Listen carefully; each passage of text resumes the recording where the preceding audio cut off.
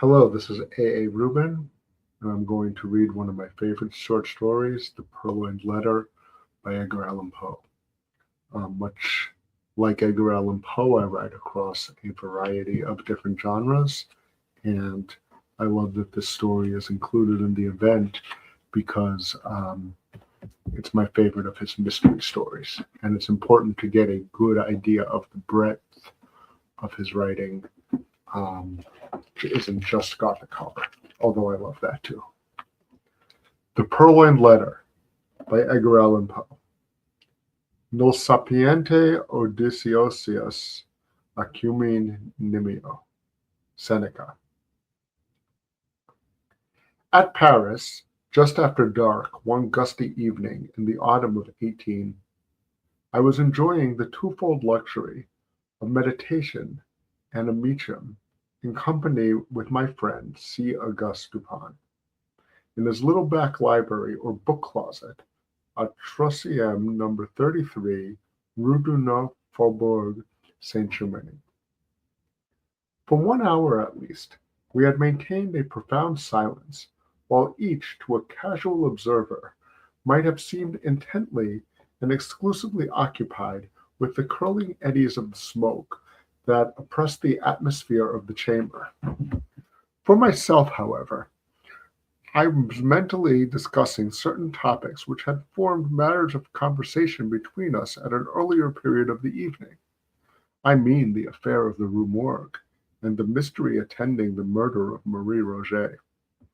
I looked upon it, therefore, as something of a coincidence when the door of our apartment was thrown open and admitted our old acquaintance, Monsieur G., prefect of the Parisian police.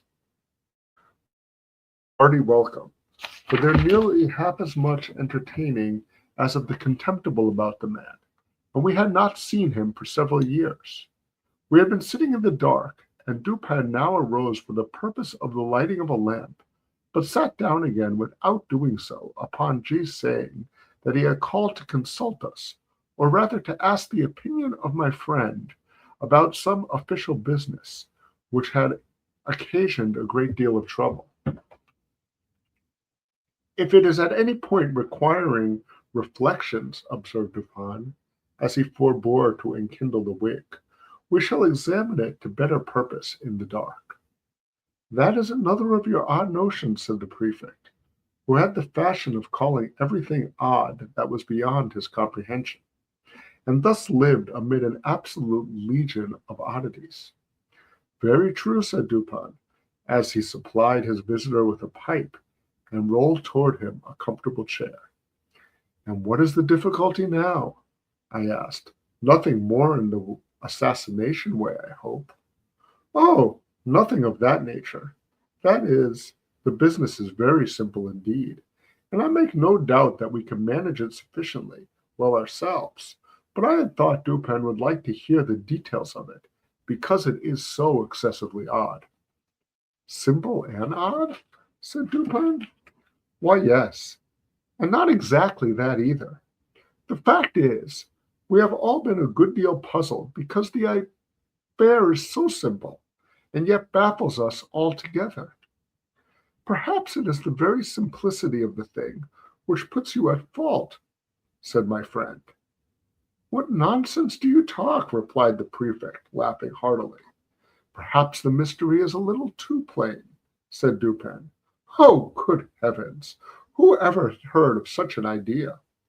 A little too self-evident? Ha, ha, ha! Ha, ha, ha! Ho, ho, ho! Roared our visitor, profoundly amused. Oh, Dupin, you will be the death of me yet. And what, after all, is the matter on hand? I asked. Why, I will tell you, replied the prefect, as he gave a long, steady, and contemplative puff, and settled himself into his chair.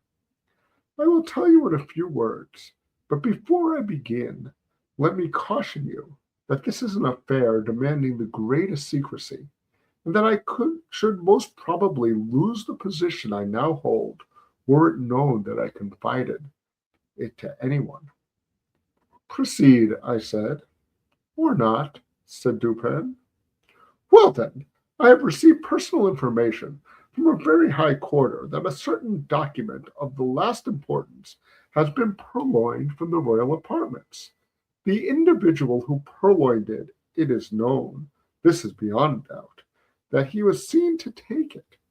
It is known also that it still remains in his possession. How is it known? Asked Dupin. It is clearly inferred, replied the prefect, from the nature of the document and from the non-appearance of certain results which should at once arise from his passing out of the robber's possession. That is to say, from his employing it as he must design in the end to employ it. Be a little more explicit, I said. Well, I may endure so far as to say the paper gives its holder a certain power in a certain quarter, where such a power is immensely valuable. The prefect was fond of the cant of diplomacy. Still, I do not quite understand, said Dupin. No? Well, the disclosure of a document to a third person who shall remain nameless would bring in question the honor of a personage of most exalted station, and this fact gives the holder of the document an ascendancy over the illustrious personage whose honor and peace are so jeopardized. But this ascendancy, I interposed, would depend upon the robber's knowledge of the loser's knowledge of the robber. Who would dare? The thief, said she, is the Minister D, who dares all things, those unbecoming as well as those becoming of a man. The method of the letter, to be frank, had been received by the personage robbed while alone in the royal boudoir. During its perusal, she was suddenly interrupted by the entrance of the other exalted personage, of whom especially it was her wish to conceal it. After a hurried and vain endeavor to thrust it in a drawer, she was forced to place it, open as it was, upon a table. The address, however, was uppermost, and the contents just unexposed, the letter escaped notice. At this juncture enters the Minister D. His lynx eye immediately perceives the paper, recognizes the handwriting of the address, observes the confusion of the person addressed, and fathoms her secret. After some business transactions hurried through in an ordinary manner, he produces a letter somewhat similar to the one in question, opens it, pretends to read it, and then places it in close juxtaposition to the other.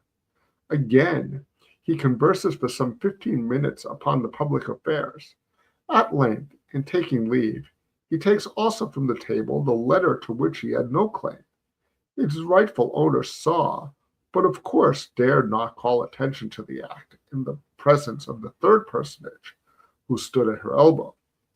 The minister decamped, leaving his own letter, one of no importance, upon the table. Here, then, said Dupin to me, you have precisely what you demand to make the ascendancy to complete, the robber's knowledge of the loser's knowledge of the robber. Yes, replied the prefect, and the power thus attained has for some months been wielded for political purposes to a very dangerous extent. The personage robbed is more thoroughly convinced every day of the necessity of reclaiming her letter, but this, of course, cannot be done openly.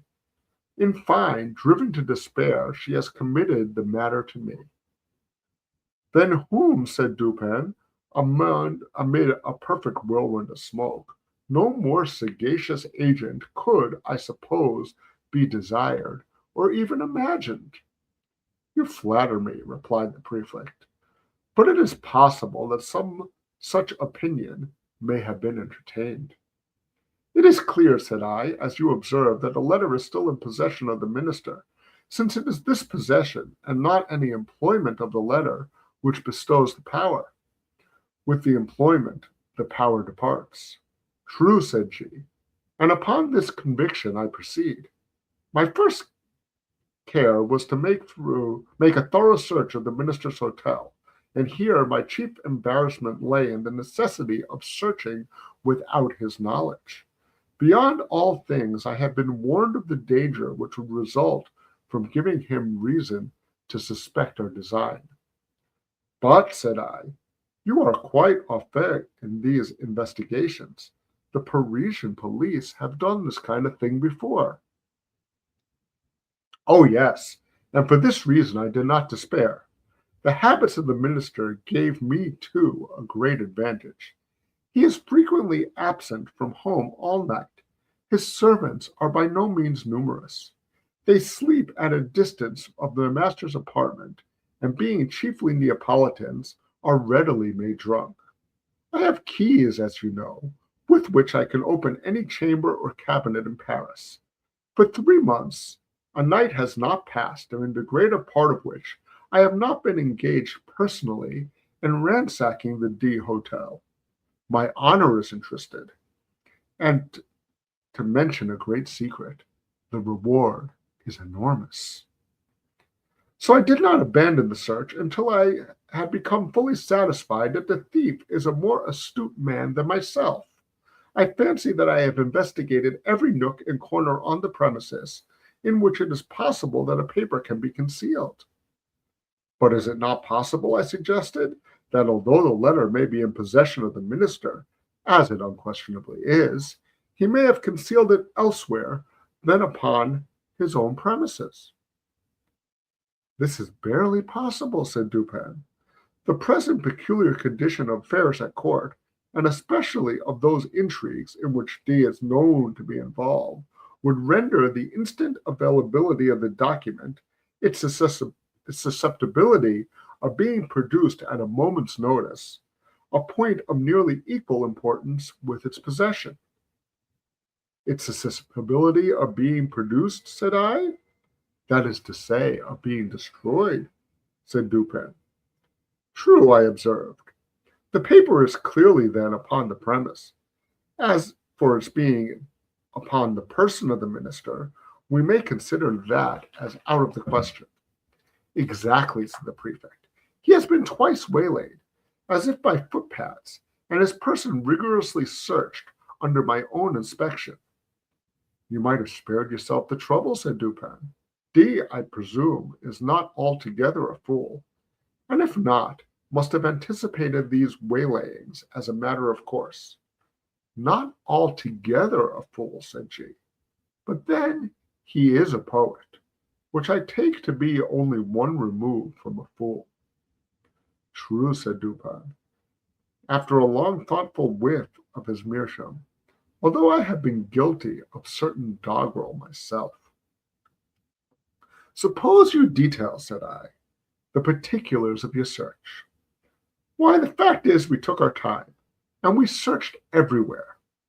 I have had long experience in these affairs. I took the entire building, room by room, devoting the nights of a whole week to each.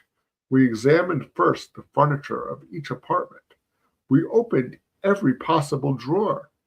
And I presume you know that to properly trained police agent, such a thing as a secret drawer is impossible. Any man is a dolt who permits such a secret drawer to escape him in a search of this kind. The thing is so plain. There is a certain amount of bulk, of space, to be accounted for in every cabinet. We have accurate rules. The 50th part of a line could not escape us. After the cabinet, we took the chairs. The cushions we probed with the fine long needles you have seen me employ. From the tables we removed the tops. Why so? Sometimes the top of a table, or other similarly arranged piece of furniture, is removed by the person wishing to conceal an article. Then the leg is excavated, the article deposited within the cavity, and the top replaced. The bottoms and tops of bedposts are employed in the same way.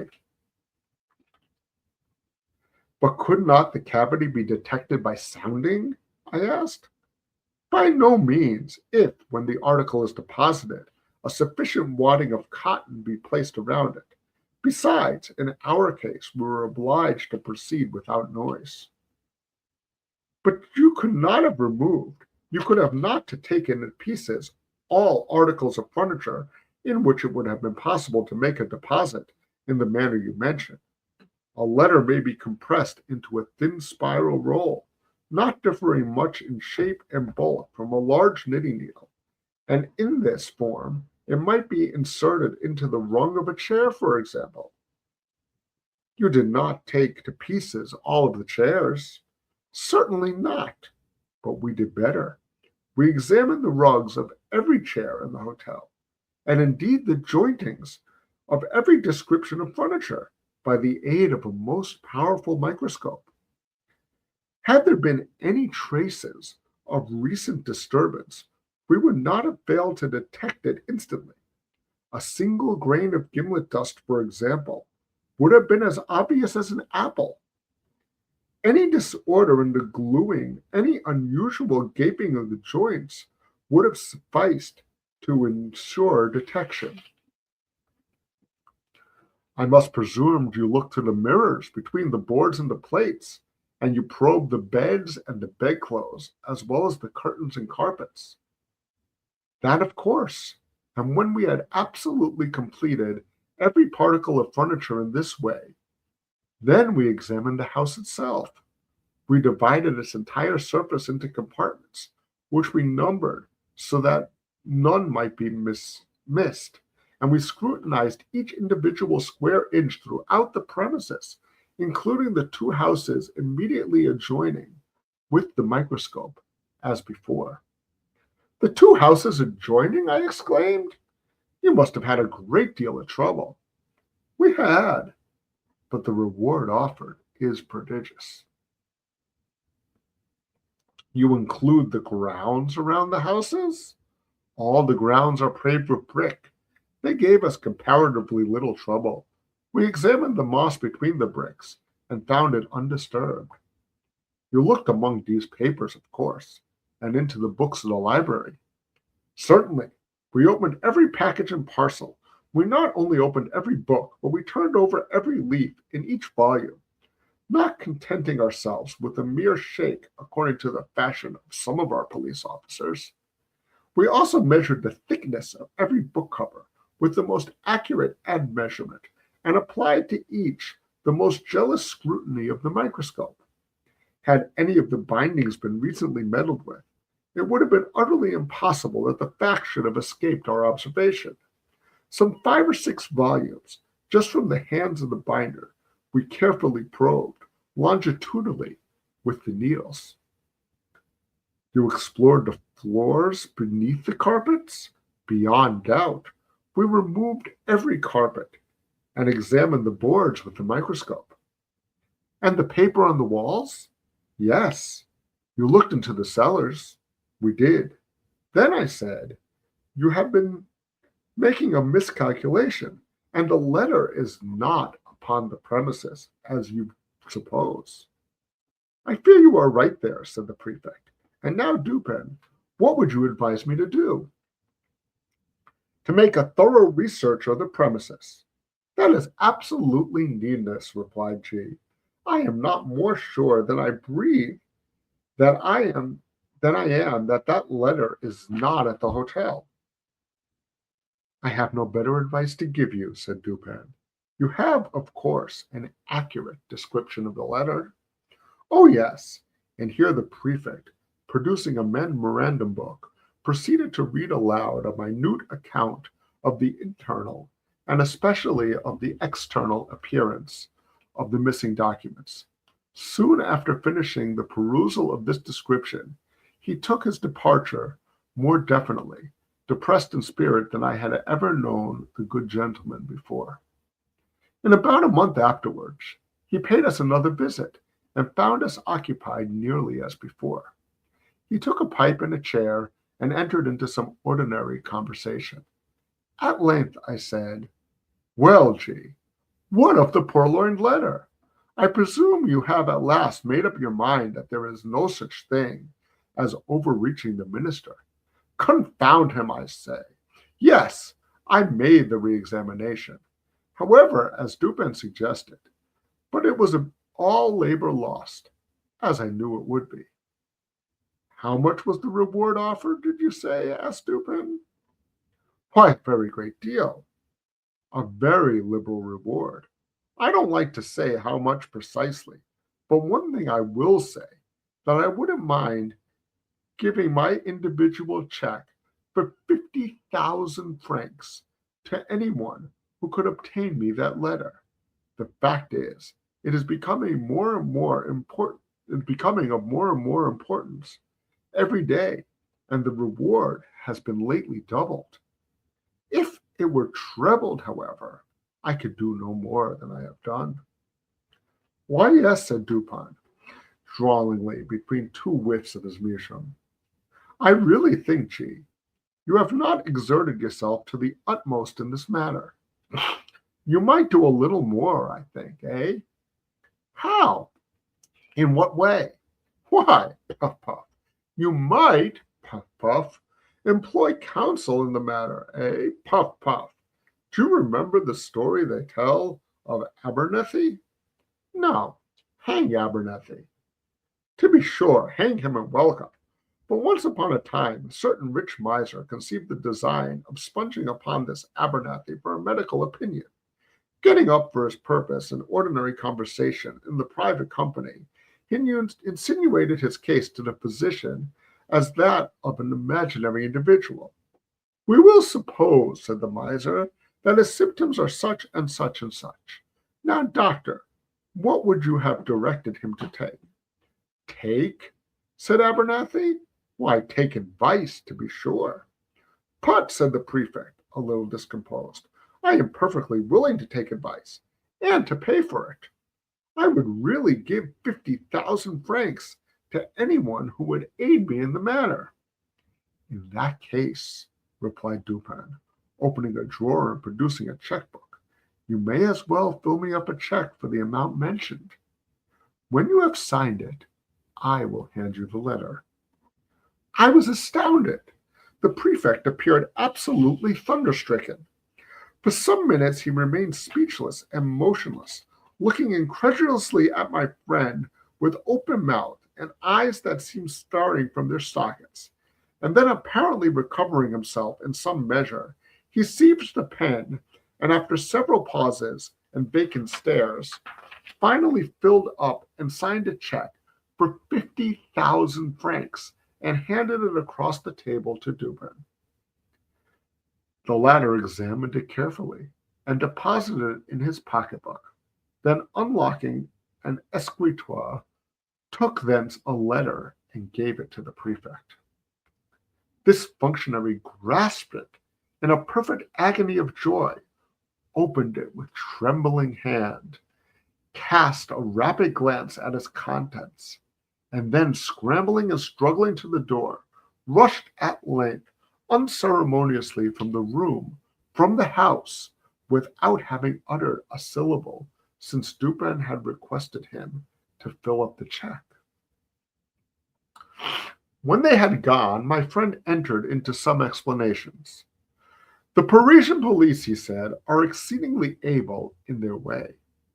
They are persevering, ingenious, cunning, and thoroughly versed in the knowledge which their duties seem chiefly to demand. Thus, when G detailed to us his mode of searching the premises at the Hotel de, I felt entire confidence in his having made a satisfactory investigation so far as his labors extended. So far as his labors extended, said I? Yes, said Dupin. The measures adopted were not only the best of their kind, but carried out to absolute perfection.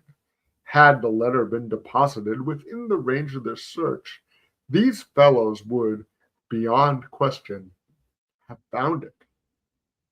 I merely laughed, but he seemed quite serious in all he said.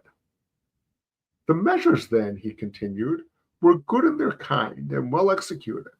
Their defect lay in their being inapplicable to the case and to the man. A certain set of highly ingenious resources are, with the prefect, a sort of Procrustean bed to which he forcibly adapts his design. But he perpetually errs by being too deep or too shallow for the matter in hand, and many a schoolboy is a better reasoner than he. I knew one about 8 years of age whose success in the game of guessing of even and odd attracted universal admiration. The game is simple, and it is played with marbles. One player holds in his hand a number of these toys and demands of another whether that number is even or odd. If the guess is right, the guesser wins one. If wrong, he loses one. The boy to whom I allude won all the marbles in the school. Of course, he had some principle of guessing, and this lay in mere observation of admeasurement of the astuteness of his opponents. For example, an arrant simpleton in his opponent, and holding up his closed hand, asked, "Are they even or odd?" Our schoolboy replies, "Odd," and loses. But upon the second trial he wins, for then he says to himself, "The simpleton has them even on the first trial, and his amount of cunning is just sufficient to make him have odd on the second. I will therefore guess odd." He guesses odd and wins. Now, with a simpleton a degree above the first, he would have reasoned thus: "This fellow finds that in the first instance I guessed odd, and in the second he will propose to himself upon the first impulse a simple variation of even to odd, as did the first simpleton.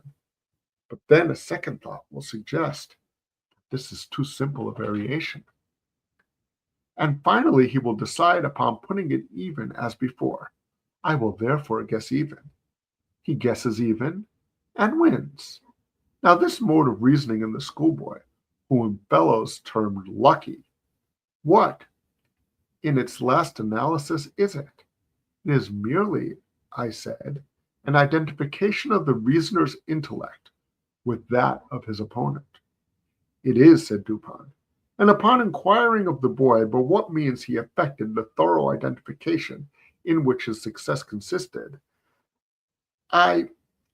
stupid, or how good, or how wicked is any one, or what are his thoughts at the moment, I fashioned the expression of my face as accurately as possible in accordance with the expression of his, and then wait to see what thoughts or statements arise in my mind or heart, as if to match or correspond with that expression. This response of the schoolboy lies at the bottom of all the spurious profundity which has been attributed to Rochefoucauld, to La Bougive, to Machiavelli, and to Campanella. And the identification, I said, of the reasoner's intellect with that of his opponents depends, if I understand you aright, upon the accuracy with which the opponent's intellect is admeasured. For its practical value, it depends upon this, replied Dupin, and the prefect and his cohort fail so frequently, first by default of his identification, and secondly by ill admeasurement, or rather through non-admeasurement of the intellect with which they are engaged. They consider only their own ideas of ingenuity, and in searching for anything hidden, advert only to the modes in which they would have hidden it. They are right in this much, that their own ingenuity is a faithful representative of that of the mass. But when the cunning of the individual felon is diverse in character from their own, the felon foils them, of course.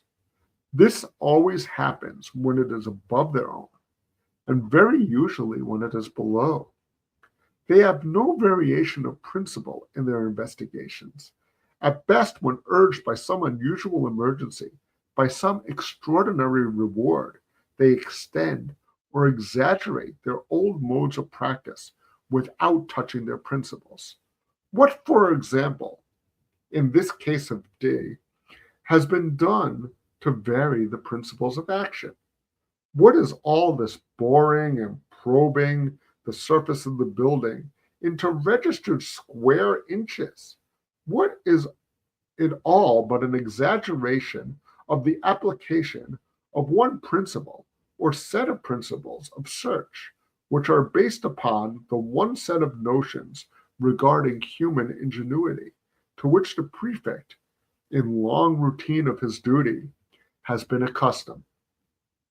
Do you not see he has taken it for granted that all men proceed to conceal a letter, not exactly in a gimlet hole, bored in a chair leg, but at least in some out-of-the-way hole or corner, suggested by the same tenor of thought which would urge a man to secrete a letter in a gimlet hole, bored in a chair leg?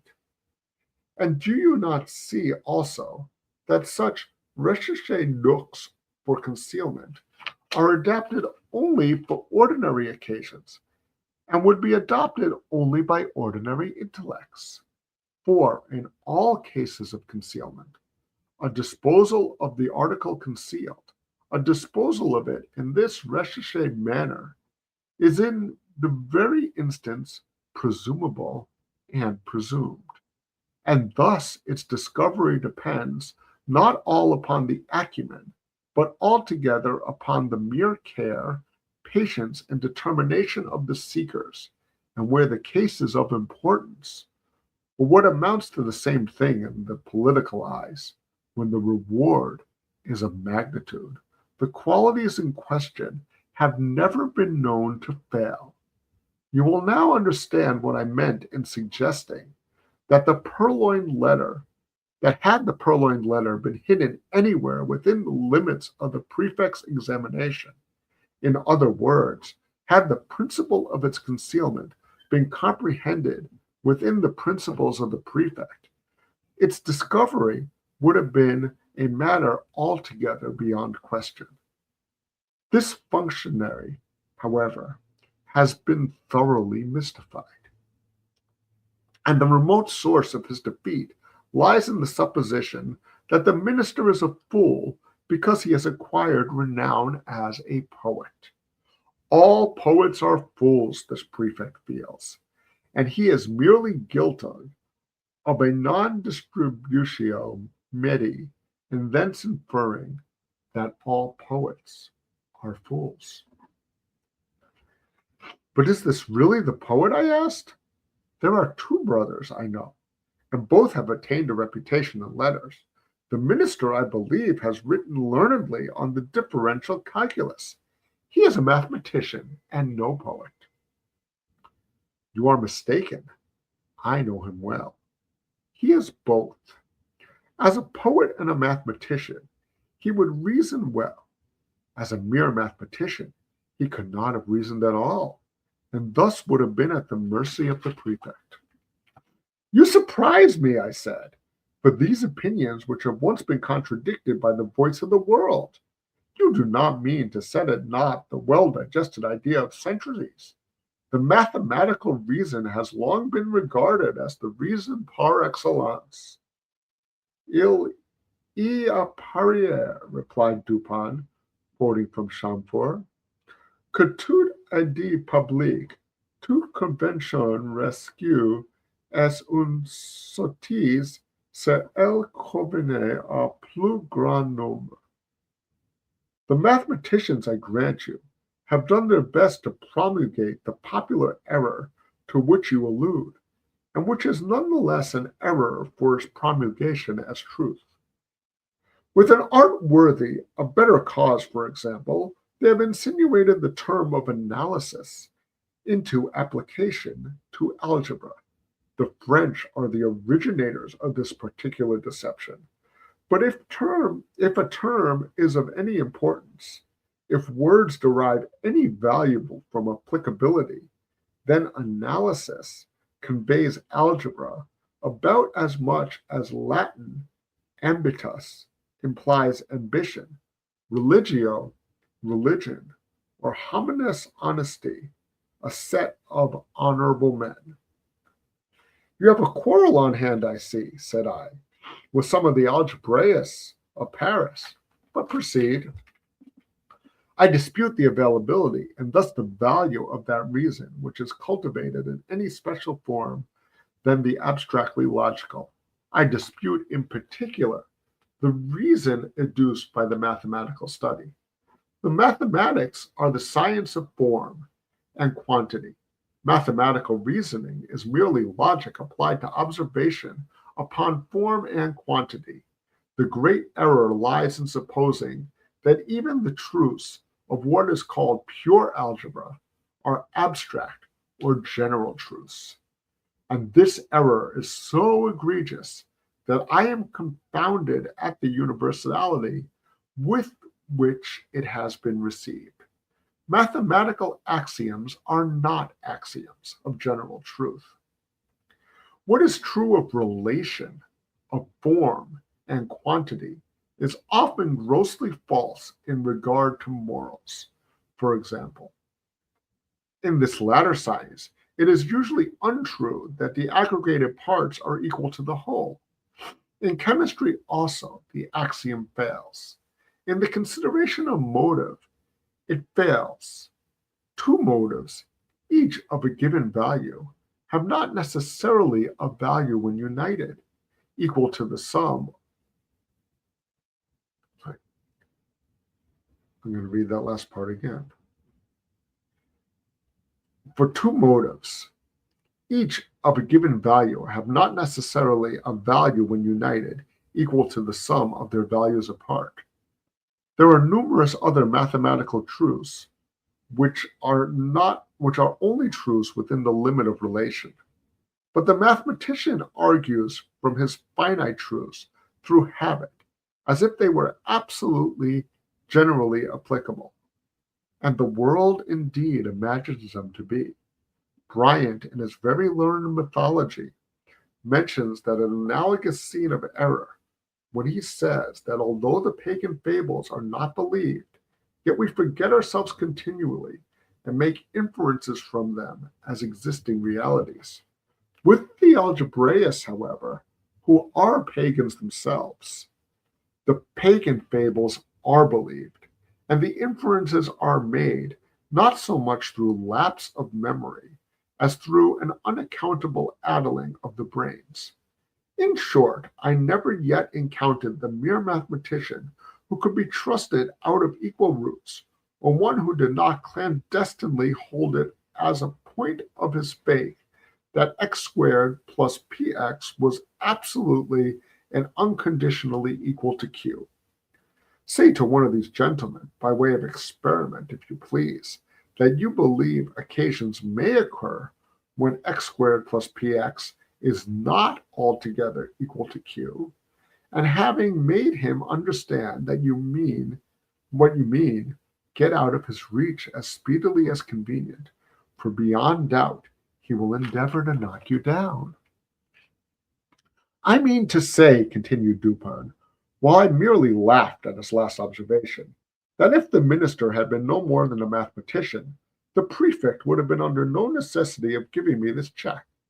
I knew him, however, as both a mathematician and a poet, and my measures were adapted to his capacity with references to the circumstances by which he was surrounded.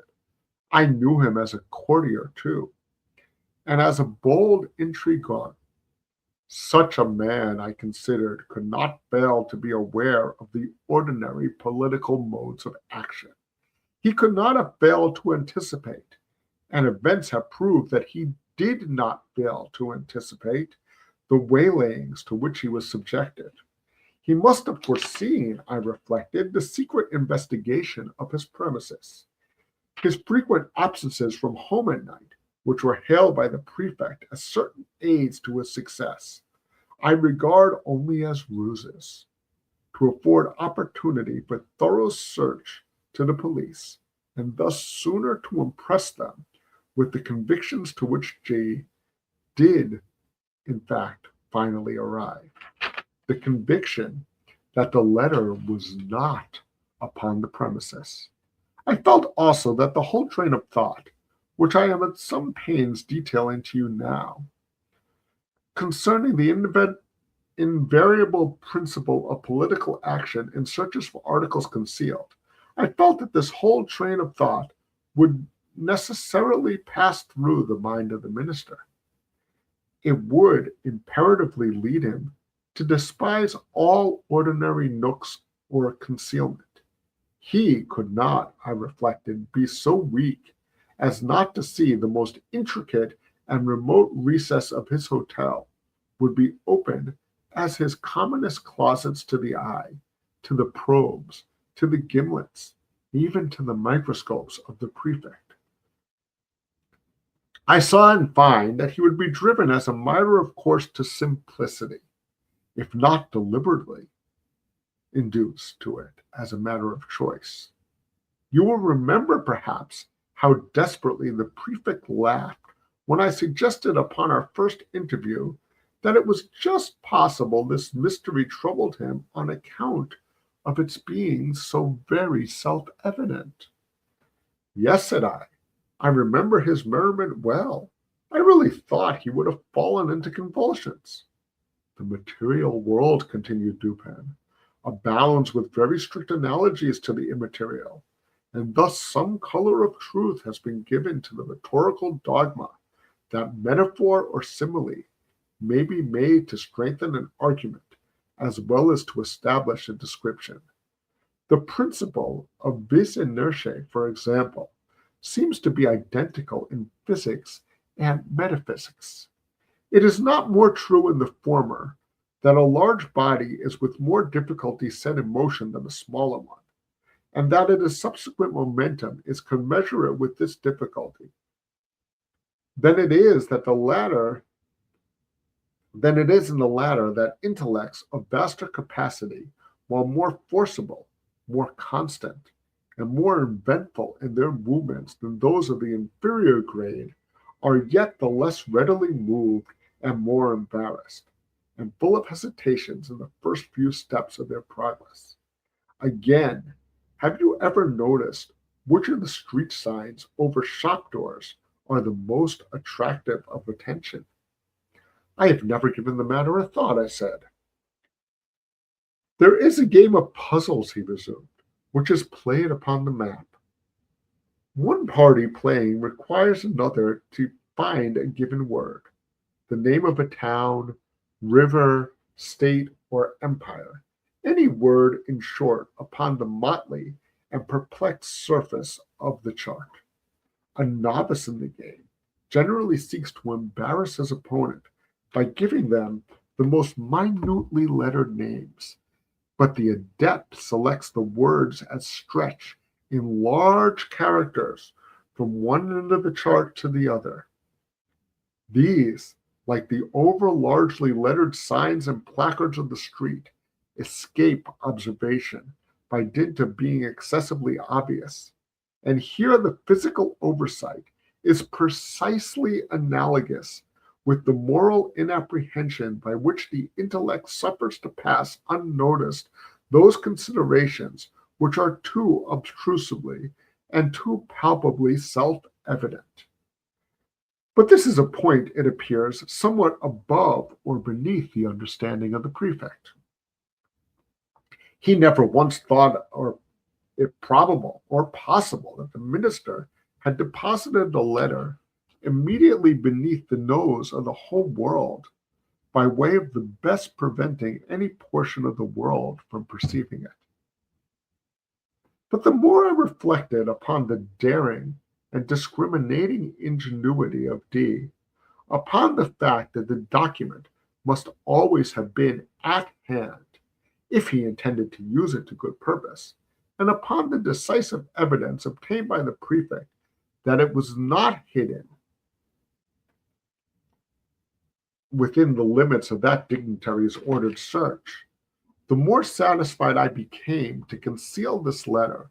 The minister had resorted to the comprehensive and sagacious expedient of not attempting to conceal it at all. Full of these ideas, I prepared myself with a pair of green spectacles, and called one fine morning, quite by accident, at the ministerial hotel. I found D at home, yawning, lounging, and dawdling as usual, and pretending to be in the last extremity of ennui. He is, perhaps, the most really energetic human now alive, but that is only when nobody sees him. To be even with him, I complained of my weak eyes, and lamented the necessity of the spectacles, under the cover of which I cautiously and thoroughly surveyed the whole apartment, while seemingly intent only upon the conversation of my host. I paid especial attention to the large writing table near which he sat, and upon which lay confusedly some miscellaneous letters and other papers, with one or two musical instruments and a few books. Here, however, after a long and very deliberate scrutiny, I saw nothing to excite particular suspicion. At length, my eyes, in going the circuit of the room, fell upon a trumpery filigree card rack, a pasteboard that hung dangling by a dirty blue ribbon from a little brass knob just beneath the middle of the mantelpiece. In this rack, which had 3 or 4 compartments, were 5 or 6 visiting cards and a solitary letter. The last was much soiled and crumpled. It was torn nearly in two across the middle, as if the design, in the first instance, to tear it entirely up as worthless, had been altered or stayed in the second. It had a large black seal, bearing the D cipher very conspicuously, and was addressed in a dismissive female hand to D, the minister himself. It was thrust carelessly, and even, it seemed, contemptuously, into one of the uppermost divisions of the rack.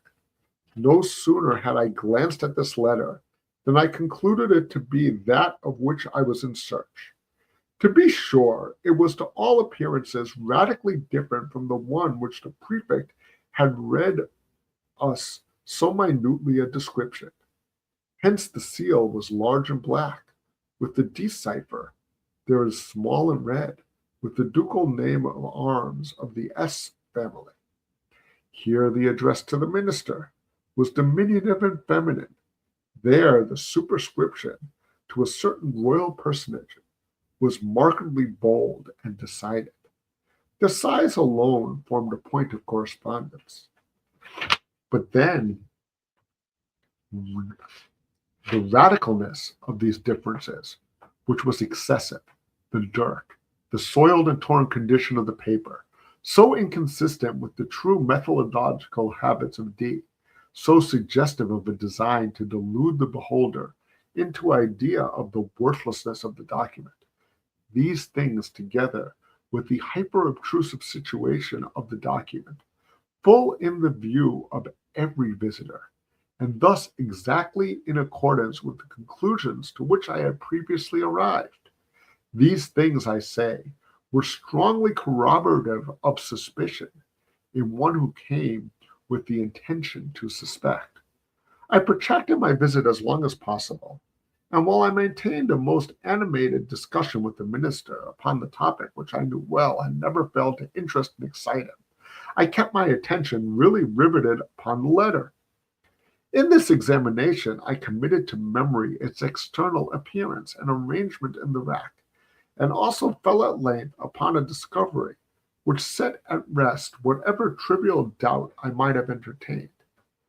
In scrutinizing the edge of the paper, I observed them to be more chafed than seemed necessary. They presented the broken appearance which is manifested when a stiff paper, having been once folded and pressed with a folder, is refolded in a reverse direction, in the same creases or edges which had formed the original fold. This discovery was sufficient. It was clear to me that the letter had been turned as a glove inside out, redirected, and resailed. I bade the minister good morning, and took my departure at once, leaving a gold snuff-box upon the table. The next morning I called for my snuff-box, when we resumed quite eagerly the conversation of the preceding day. While thus engaged, however, a loud report, as if of a pistol, was heard immediately beneath the window of the hotel, and was succeeded by a series of fearful screams and shoutings of a terrified mob. D rushed to the casement, threw it open, and looked out. In the meantime, I stepped to the card rack, took the letter, put it in my pocket, and replaced it by a facsimile, so far as regards externals, which I had carefully prepared at my lodgings, imitating the decipher, very readily by means of a seal formed of bread. The disturbance in the street had been occasioned by the frantic behavior of a man with a musket. He had fired it among a crowd of women and children. It proved, however, to have been without ball, and the fellow was suffered to go on his way as a lunatic or a drunkard. When he had gone, D came from the window, whither I had followed him immediately, and upon securing the object in view, soon afterward I bade him farewell. The pretended lunatic was a man in my own pay. But what purpose had you, I asked, in replacing the letter by a facsimile? Would it have not been better at the first visit to have seized it openly and departed? D, replied Dupin, is a desperate man, and a man of nerve. His hotel, too, is not without attendants devoted to his interest. Had I made the wild attempt you suggest, I might never have left the ministerial presence alive. The good people of Paris might have heard of me no more. But I had an object apart from these considerations. You know my political prepossessions. In this matter, I act as a partisan of the lady concerned. For 18 months, the minister has laid in his power. She now has him in hers. Since being unaware that the letter is not in his possession, he will proceed with his exactions as if it was. Thus will he inevitably commit himself at once to his political destruction. His downfall, too, will not be more precipitate than awkward. It is all very well to talk about the facilis descensus of Verney, but in all kinds of climbing, as Catalani said of singing, it is far more easy to get up than to come down. In the present instance, I have no sympathy, at least no pity, for him who descends. He is that monstrum horrendum, an unprincipled man of genius. I confess, however, that I should like very well to know the precise character of his thoughts, when, being defied by her who the prefect terms a certain personage, he is reduced to opening the letter which I have left for him in the card-rack. How? Did you put anything particular in it? Why, it did not seem altogether right to leave the interior blank. That would have been insulting thee. At Vienna once did me an evil. That would have been insulting. D, at Vienna, once did me an evil turn, which I told him quite humorously that I should remember. So, as I knew he would feel some curiosity in regard to the identity of the person who had outwitted him, I thought it a pity not to give him a clue. He is well acquainted with my MS, and I just copied into the middle of the blank sheet the words, Un dessin si funeste, s'il n'est digne de arte est digne de Diest. These are to be found in the Cribillion's tray. That was the Purloined Letter by Edgar Allan Poe. Thank you for listening, and enjoy the next reader.